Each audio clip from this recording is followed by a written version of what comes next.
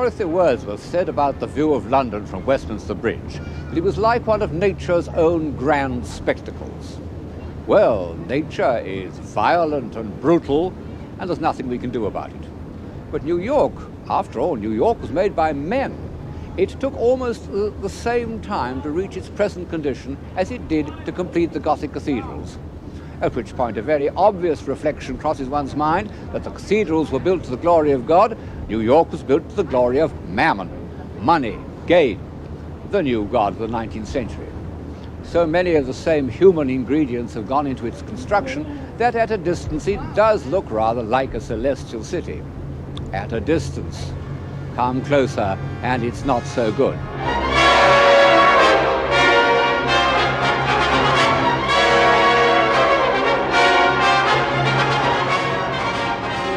Behind this grim uniformity lurks an even grimmer poverty, and problems that seem almost insoluble. One sees why heroic materialism is still linked with an uneasy conscience. It has been from the start. I mean that, historically, the first discovery and exploitation of those technical means which made New York possible coincided exactly with the first organized attempt to improve the human lot. The first large iron foundries in England, like the Carron Works or Colebrook Dale, date from round about 1780. Howard's book on penal reform was published in 1777, and Clarkson's essay on slavery in 1786. Clarkson laid the foundations of the anti-slavery movement and painstakingly discovered all the horrifying evidence. The political side was the life work of William Wilberforce, in whose house in Hull I'm now standing. I've often heard it said, by people who want to seem clever, that civilization can exist only on a basis of slavery. And in support of their thesis, they point to the examples of 5th century Greece, or of the antique world in general.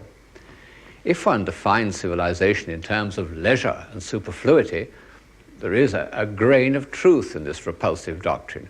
But I have tried throughout this series to define civilization in terms of creative power and the enlargement of human faculties. And from that point of view, slavery is abominable. Well, so for that matter is abject poverty.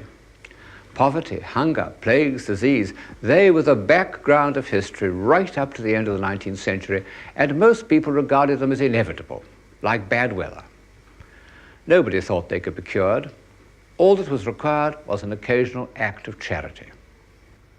This pretty scene is entitled Rustic Charity, and under it are written the lines, "Here, poor boy without a coat, take this halfpenny." Not an indication of very serious concern. But slaves and the trade in slaves, that was something different. It was esoteric. It wasn't something that surrounded one like the air, as homemade poverty did. And the horrors it involved were far more horrible. Even the unsqueamish stomachs of the 18th century were turned by accounts of the Middle Passage.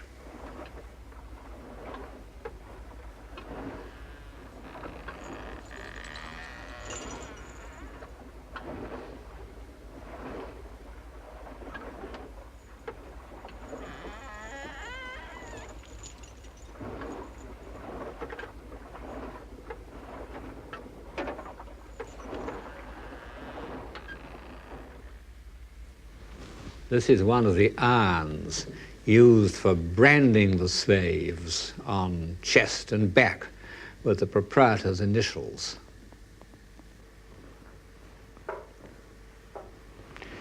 And this is the actual model of a slave ship which Wilberforce produced in the House of Commons to show how the slaves were crammed together. It's reckoned that over 9 million slaves died from heat and suffocation in those holds on the way to America. A remarkable figure, even by modern standards.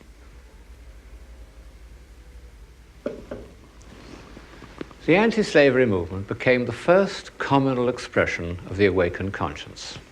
It took a long time to succeed. The trade was prohibited in 1807, and as Wilberforce lay dying in 1835, slavery itself was abolished. Well, I must regard this as a step forward for the human race, and be proud, I think, that it happened in England, but not too proud.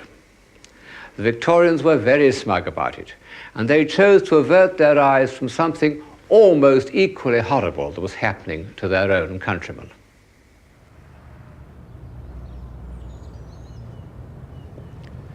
England had entered the war against Napoleon in the first triumphant consciousness of its new industrial powers.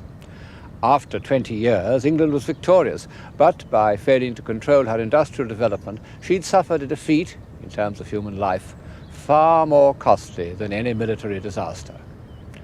I needn't remind you of how cruelly the Industrial Revolution degraded and exploited a mass of people for 60 or 70 years. After about 1790, there appeared the large foundries and mills which dehumanized life. Arkwright's spinning frame, invented in about 1770, is always quoted as the beginning of mass production, on the whole rightly. There he is, faithfully recorded for us by Wright of Derby, typical of the new man who was to dominate industry until the present day. He and his like gave England a flying start in the economy of the 19th century, but the result of their inventions was a dehumanization that obsessed almost every great imaginative writer of the time. From the start, poets had recognized the nature of the satanic mills. Robert Burns, passing the Carroll Iron Works in 1787, scratched these lines on a window pane. "We camna here to view your works in hopes to be mair wise, but only lest we gang to hell, it may be nae surprise."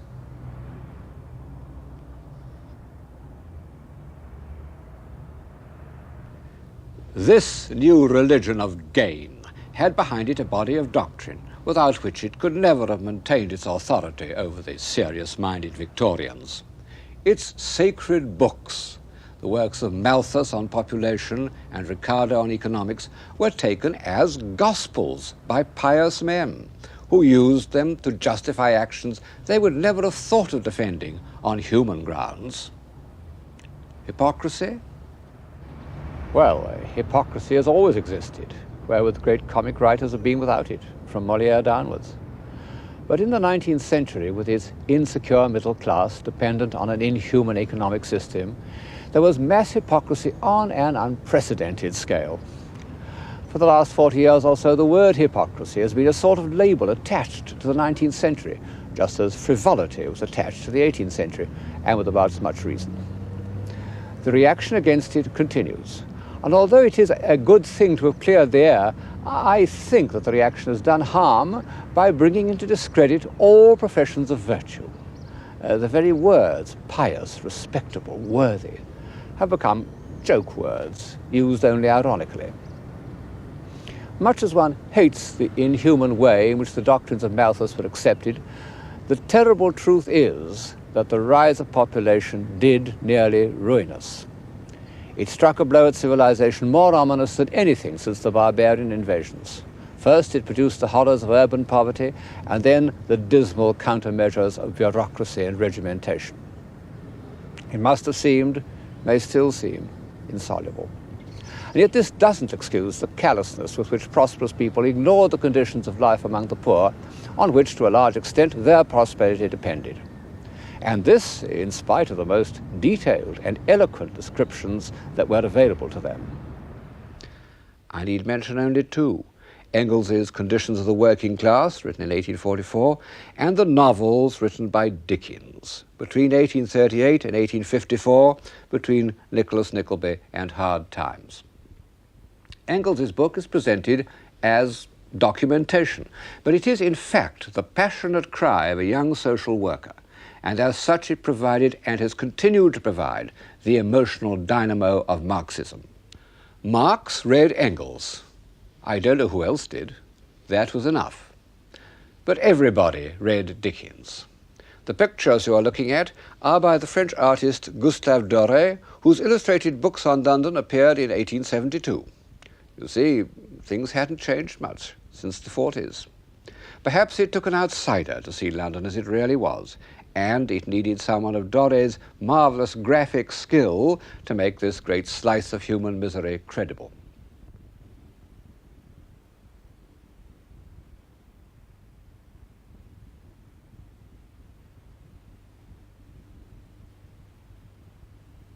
I think that Dickens did more than anyone to diffuse an awakened conscience.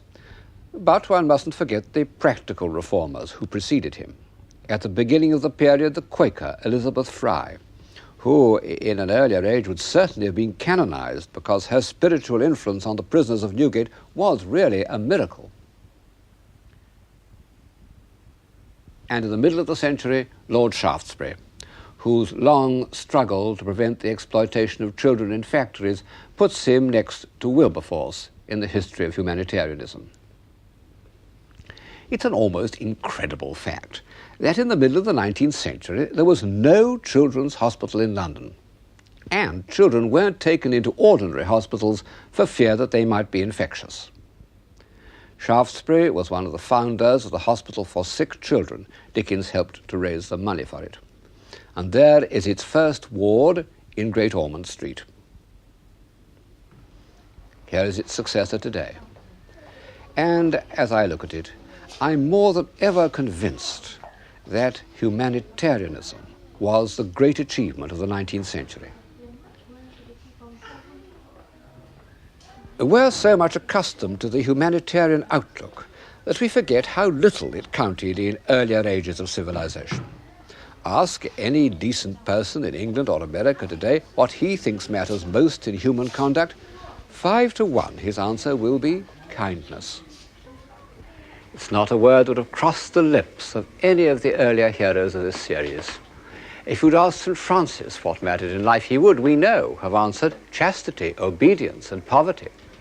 If you'd asked Dante or Michelangelo, they might have answered disdain of baseness and injustice. But kindness, never. Nowadays, I think we underestimate the humanitarian achievement of the 19th century. We forget the horrors that were taken for granted in early Victorian England, the hundreds of lashes inflicted daily on perfectly harmless men in the army and navy, the women chained together in threes, rumbling through the streets in open carts on their way to transportation. These and other even more unspeakable cruelties were carried out by agents of the establishment, usually in defense of property. Some philosophers tell us that humanitarianism is a weak, sloppy, self-indulgent condition, spiritually much inferior to cruelty and violence. And this point has been eagerly accepted by novelists, dramatists, and theatrical producers. Of course, it's true that kindness is to some extent the offspring of materialism, and this has made anti-materialists look at it with contempt as a product of what the German philosopher Nietzsche called a slave morality. He would certainly have preferred the other aspect of my subject, the heroic self-confidence of the men for whom nothing was impossible, the men who forced the first railways over England.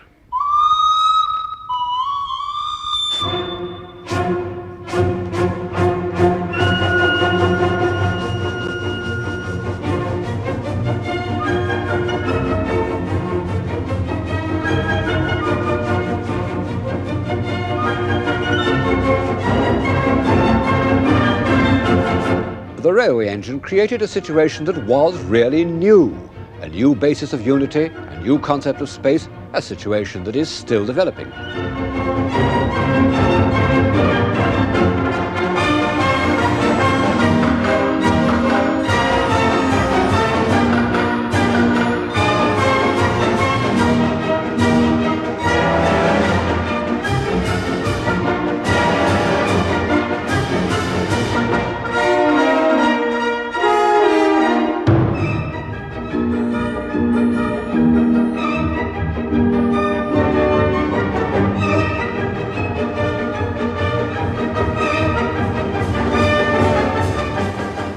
The 20 years after Stephenson's rocket had made its momentous journey along the Manchester-Liverpool Railway were like a great military campaign.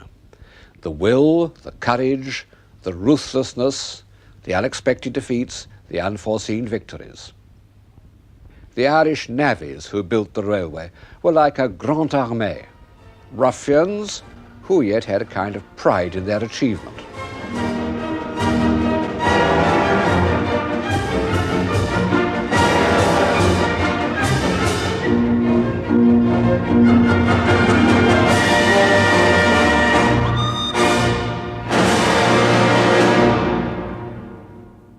Their marshals were the engineers.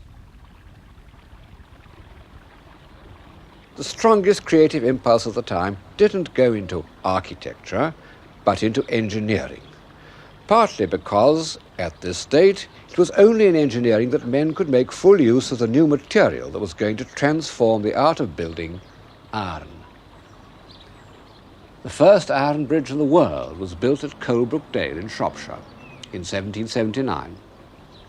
Almost archaic. By 1820, Telford could build the Menai Bridge, the first great suspension bridge, an idea that combines beauty and function so perfectly that it's hardly been varied, only expanded down to the present day. And here's the Clifton Bridge, begun in 1836, although not completed till long after, still one of the most beautiful suspension bridges in the world. It was designed by a man who deserves to rank with the earlier heroes in this series, Isambard Kingdom Brunel. He was a born romantic. Although the son of a distinguished engineer, brought up in a business that depended on sound calculations, he remained all his life in love with the impossible. In fact, as a boy, he fell heir to a project which he himself believed to be impossible, his father's plan for the construction of a tunnel under the Thames. At 20, his father put him in charge of the work, and thus began the sequence of triumphs and disasters that were to mark his whole career. Here's one of the triumphs, a grand dinner held in the tunnel when he was halfway across. On the left, Father Brunel congratulating his son, and behind them a table full of notables. It's typical of Brunel that in the next bay of the tunnel there was an equally grand dinner for 150 of his miners. 2 months later, the shield collapsed and the water poured in for the third time. In the end, the tunnel was completed. That was the way with Brunel's designs. They were so bold that shareholders were frightened and withdrew, sometimes, I'm bound to say, with reason. But one thing he did push through and complete, and that was the Great Western Railway. Every bridge, every tunnel was a drama, demanding incredible feats of imagination, energy, and persuasion, and producing works of great splendor. The greatest drama of all was the box tunnel, 2 miles long and a gradient, and half of it through rock, which Brunel, against all advice, left unprotected. How on earth did they do it? By men with pickaxes, working by torchlight, and horses to pull away the debris. There were floods, collapses. It cost the lives of over 100 men. But in 1841, a train steamed through. And from that day forward, for over a century, every small boy dreamt of becoming an engine driver. Brunel, by his dreams, no less than by his practical application of engineering techniques, is the ancestor of New York. And I must say he looks it. There he is, complete with cigar, the first hero in this series of whom we have a photograph. He's standing in front of the trains used in launching, or rather in failing to launch, his vast steamship, the Great Eastern. This was his most grandiose dream. The first steamship to cross the Atlantic in 1838 had been only 700 tons. Brunel's Great Eastern was to be 24,000 tons, a floating palace. The amazing thing is that he got it built at all. But no doubt he had taken too big a leap forward. And although the Great Eastern ultimately floated and crossed the Atlantic, the delays and disasters it had involved killed its designer. But the transatlantic liner was one more way in which the 19th century created its new world of shape, its architecture. The shapes arise, said Walt Whitman, writing in the 1860s. Shapes of factories, arsenals, foundries, markets, shapes of the two-threaded tracks of railroads, shapes of the sleepers of bridges, vast frameworks, girders, arches. This is our own style, which expresses our own age as the Baroque expressed the 17th century, and it's the result of 100 years of engineering. It's a new creation, but it's related to the past by one of the chief continuous traditions of the Western mind, the tradition of mathematics. In the middle of the 19th century, it might well have looked as if art that set out to be artistic had much better all be scrapped. Think of the great exhibition of 1851. It was contained in a building, the so-called Crystal Palace, that was a piece of pure engineering on Brunel's principles, and in fact greatly admired by him. Dateless and impressive in a somewhat joyless style, but inside this piece of engineering was art. Well, funny things happen in the history of taste, but I doubt very much if many of these objects will ever come back into favour. The reason being that they are a giant spoof, not responding to anything new or controlled by any stylistic impulse.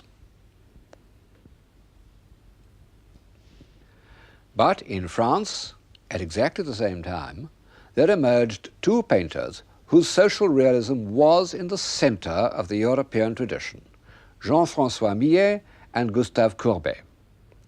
They were both revolutionaries.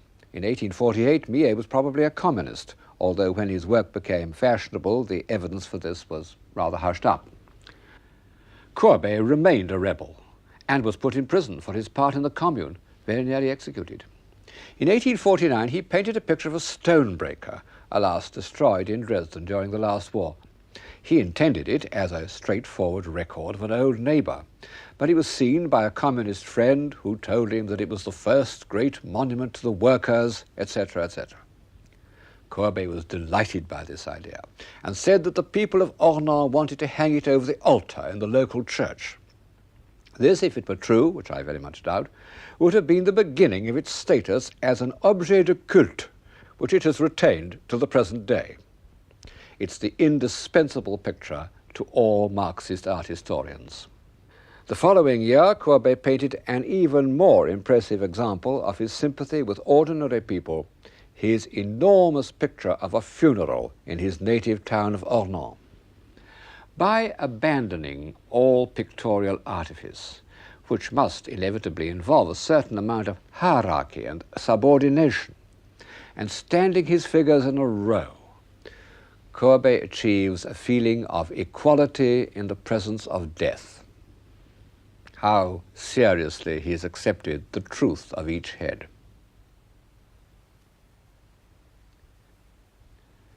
But I mustn't leave you with the notion that the relationship between art and society is as simple and predictable as this.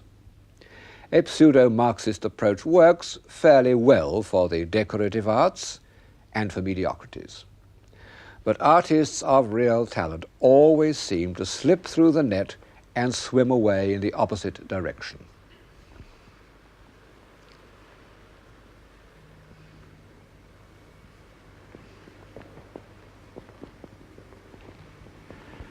I'm standing in front of one of the greatest pictures of the 19th century, Seurat's Baignade in the National Gallery.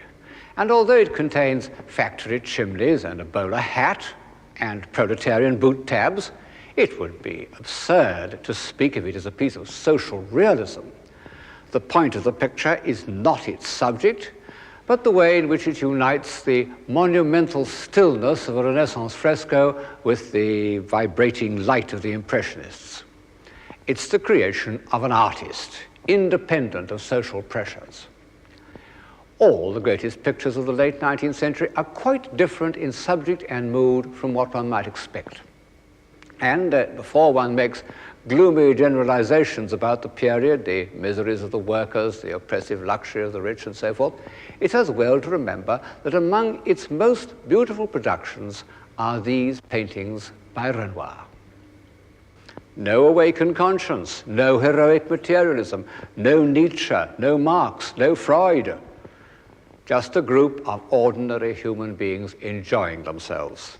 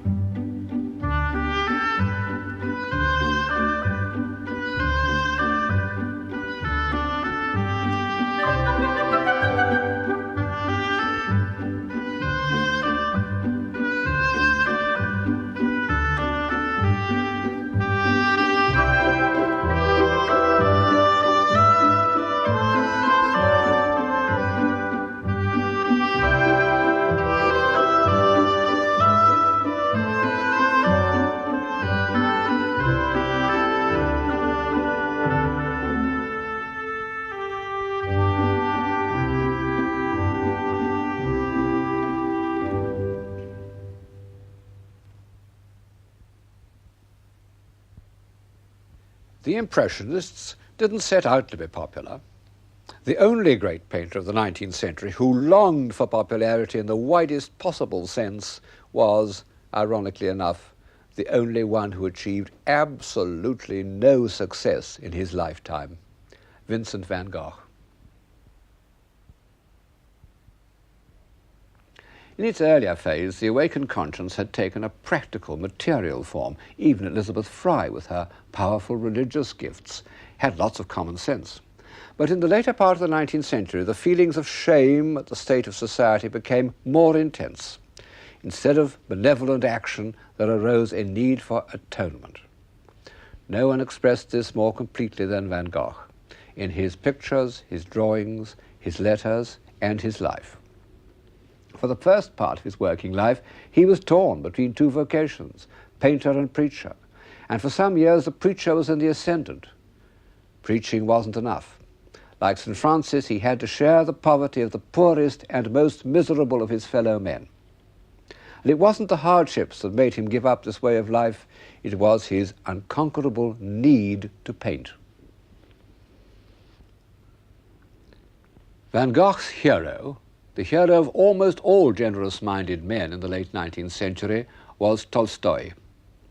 There he is, sawing wood, expressing the feeling that one must share the life of working people, partly as a sort of atonement for years of oppression, partly because that life was nearer to the realities of human existence.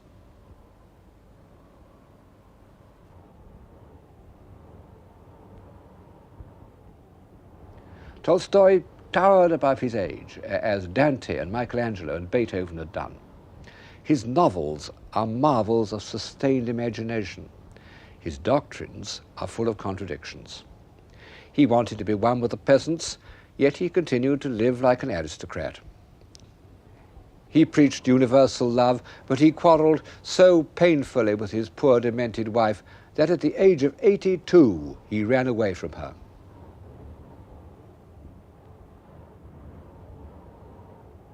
After a nightmare journey, he collapsed at a country railway station. He was laid out on a bed in the station master's house. Almost his last words were, "How do peasants die?" There he died, with all the horrors of modern publicity stewing outside the station. After his death, when the peasants were singing a lament, soldiers were sent in with drawn swords to stop them from mourning the subversive infidel. However, there was no way of preventing the funeral.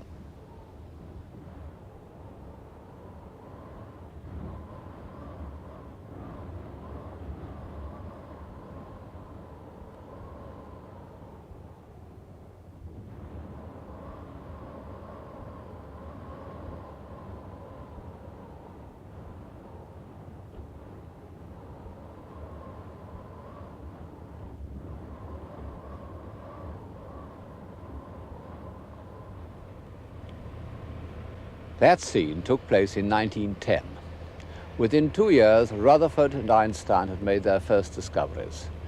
So a new era had begun even before the 1914 war. It's the era in which we're still living.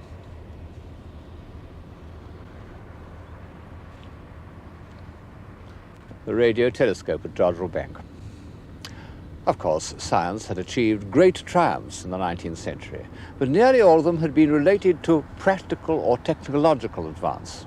For example, Edison, whose inventions did as much as any to add to our material convenience, wasn't what we should call a scientist at all, but a supreme do-it-yourself man.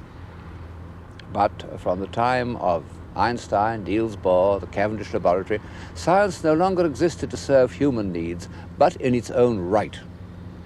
When scientists could use a mathematical idea to transform matter, they had achieved the same quasi-magical relationship with the material world as artists.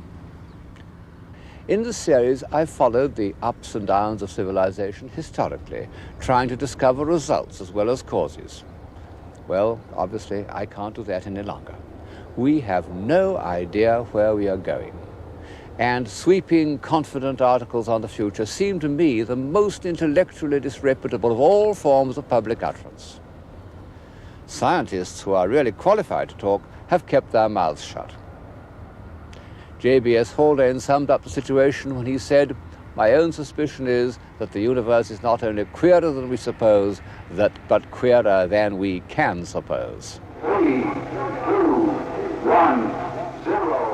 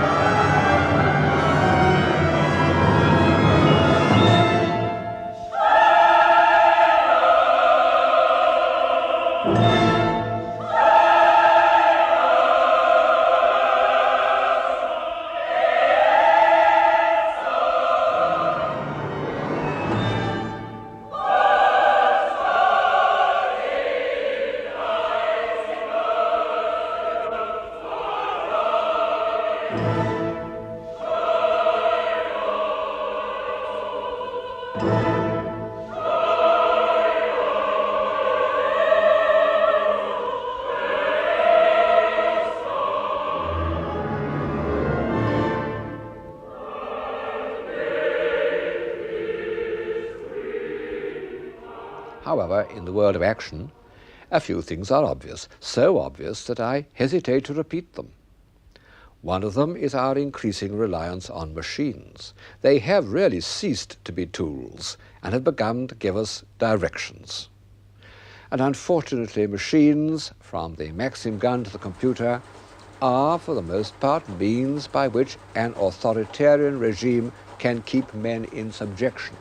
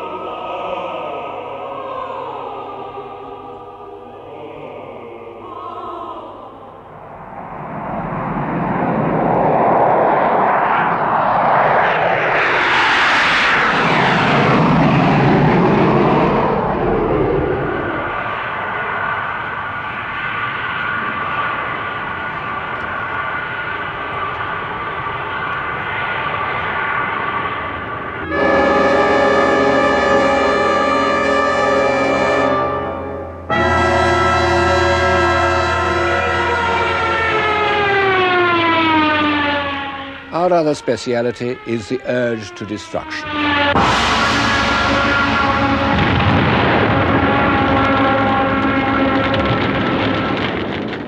With the help of machines, we did our best to destroy ourselves in 2 wars, and in doing so, we released a flood of evil.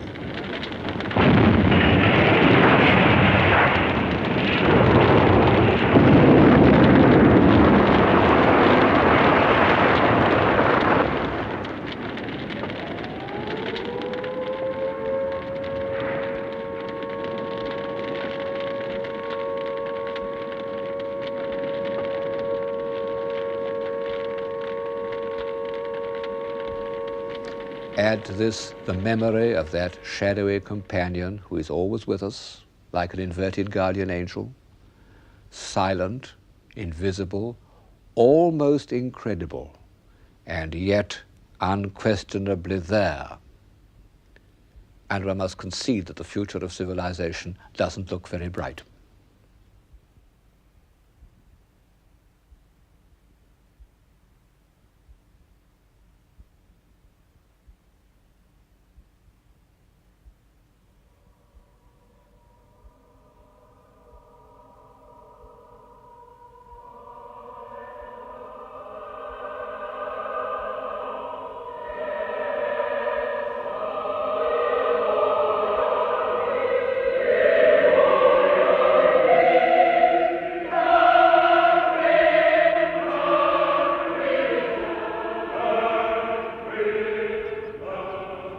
And yet, when I look at the world about me in the light of these programs, I don't at all feel that we're entering on a new period of barbarism. The things that made the Dark Ages so dark, the isolation, the lack of mobility, the lack of curiosity, the hopelessness, don't obtain at all. I'm at one of our new universities, the University of East Anglia. Well, these inheritors of all our catastrophes look cheerful enough, and not at all like the melancholy late Romans or pathetic Gauls whose likenesses have come down to us. In fact, I should doubt if so many people have ever been as well-fed, as well-read, as bright-minded, as curious and as critical as the young are today.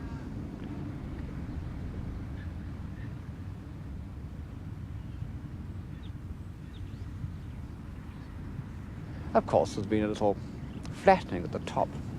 But you know, one mustn't overrate the culture of what used to be called top people before the wars.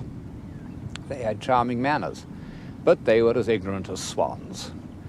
They knew a little about literature, less about music, nothing about art, and less than nothing about philosophy. The members of a music group or an art group at a provincial university would be 10 times better informed and more alert.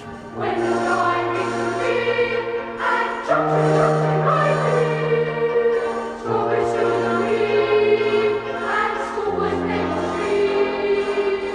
Strawberries through the green and schoolboys playing the street. Then, oh then, oh then, oh then, oh then, my true love sings.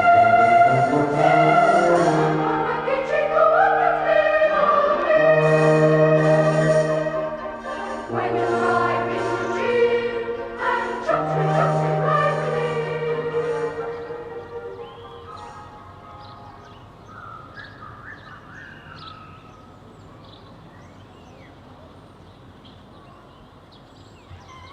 Well, naturally, these bright-minded young people think poorly of existing institutions and want to abolish them.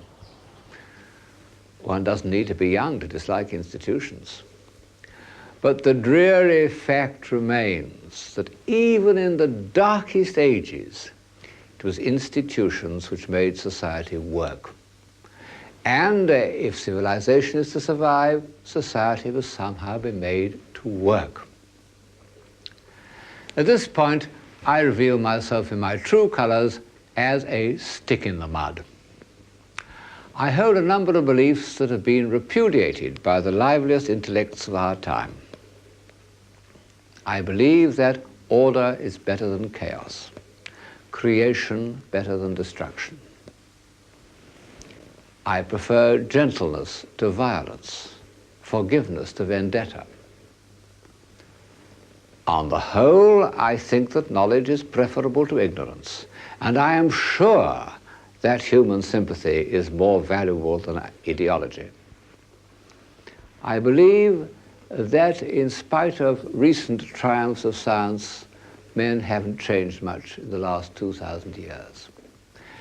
And in consequence, we must still try to learn from history.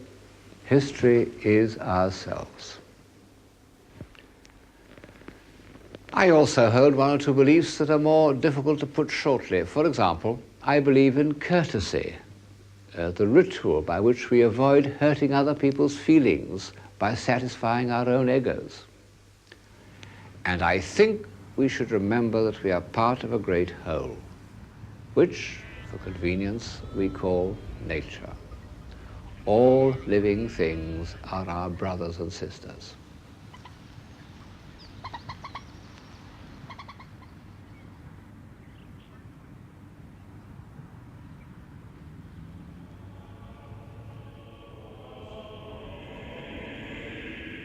Above all, I believe in the God-given genius of certain individuals, and I value a society that makes their existence possible.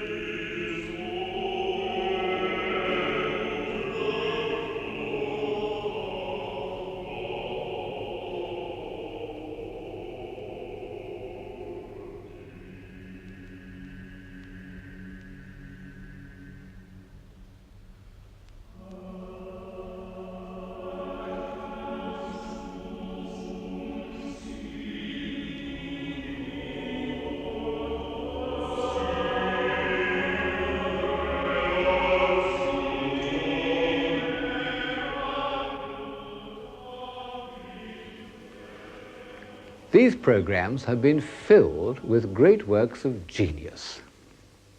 In architecture, sculpture and painting, in philosophy, poetry and music, in science and engineering. There they are. You can't dismiss them. And they're only a fraction of what Western man has achieved in the last 1,000 years. Often after setbacks and deviations at least as destructive as those of our own time. Western civilization has been a series of rebirths. Surely this should give us confidence in ourselves. I said at the beginning of the series that it's lack of confidence more than anything else that kills a civilization. We can destroy ourselves by cynicism and disillusion just as effectively as by bombs. 50 years ago, W.B. Yeats, who was more like a man of genius than anyone I've ever known, wrote a prophetic poem, and in it he said, "Things fall apart, the center cannot hold. Mere anarchy is loosed upon the world, the blood-dimmed tide is loosed, and everywhere the ceremony of innocence is drowned. The best lack all conviction, while the worst are full of passionate intensity." Well, that was certainly true between the wars, and it damn nearly destroyed us. Is it true today? Not quite, because good people have convictions, rather too many of them. The trouble is that there is still no center. The moral and intellectual failure of Marxism has left us with no alternative to heroic materialism, and that isn't enough. One may be optimistic, but one can't exactly be joyful at the prospect before us.